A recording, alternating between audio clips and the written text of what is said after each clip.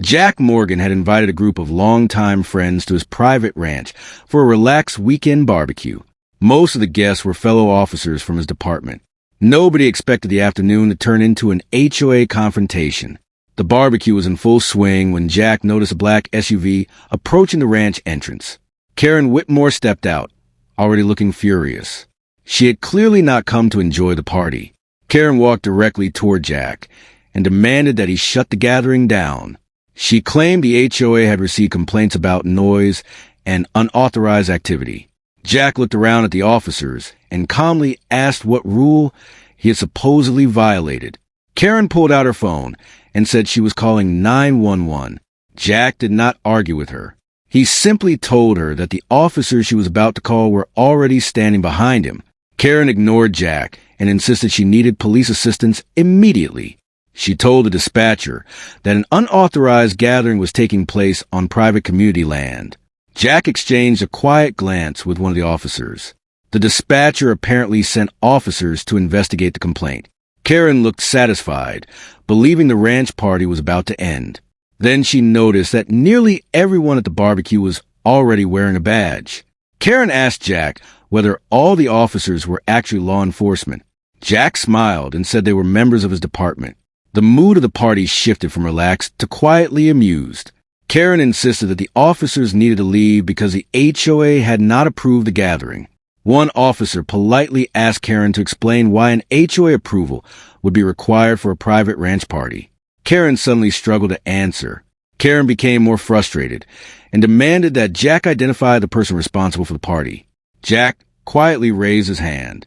Then several officers laughed and called him Captain.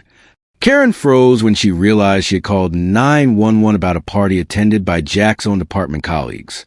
Jack calmly told her that the ranch was private property and the gathering was permitted.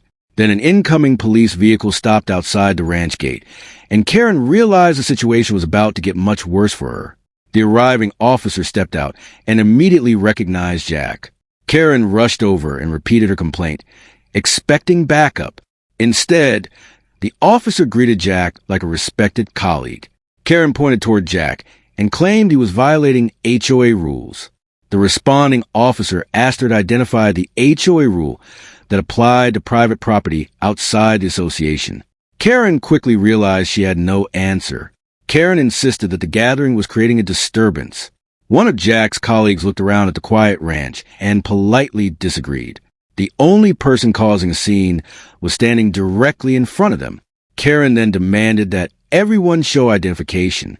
Jack's expression changed when he realized how far she was willing to push the situation. The responding officer politely told Karen that was not how a private property dispute worked. Jack finally explained that the ranch was not governed by Karen's HOA. He showed the responding officer his property documents and private road records. Karen stared at the paperwork, realizing her complaint had been built on the wrong assumption. The responding officer confirmed that the property dispute appeared to be a civil HOA matter. He advised Karen not to use emergency services, simply because she disagreed with Jack. Karen's face turned red as several officers quietly returned to the barbecue.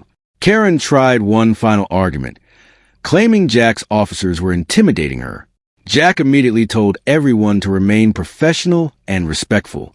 His colleagues agreed, making it clear that nobody was interested in escalating the situation.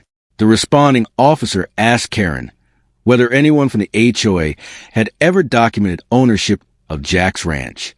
Karen admitted they had not. That single admission changed the entire tone of the conversation. Karen finally lowered her phone and admitted she had misunderstood the property boundary. Jack told her he had no problem with the HOA as long as they respected his property. The responding officer agreed that was a reasonable position. Karen finally walked back toward her SUV while the officers returned to Jack's barbecue. Jack picked up the food tray he had set down during the argument and smiled. Then one of his colleagues raised a glass and joked, "Now that the emergency is over, who wants ribs?"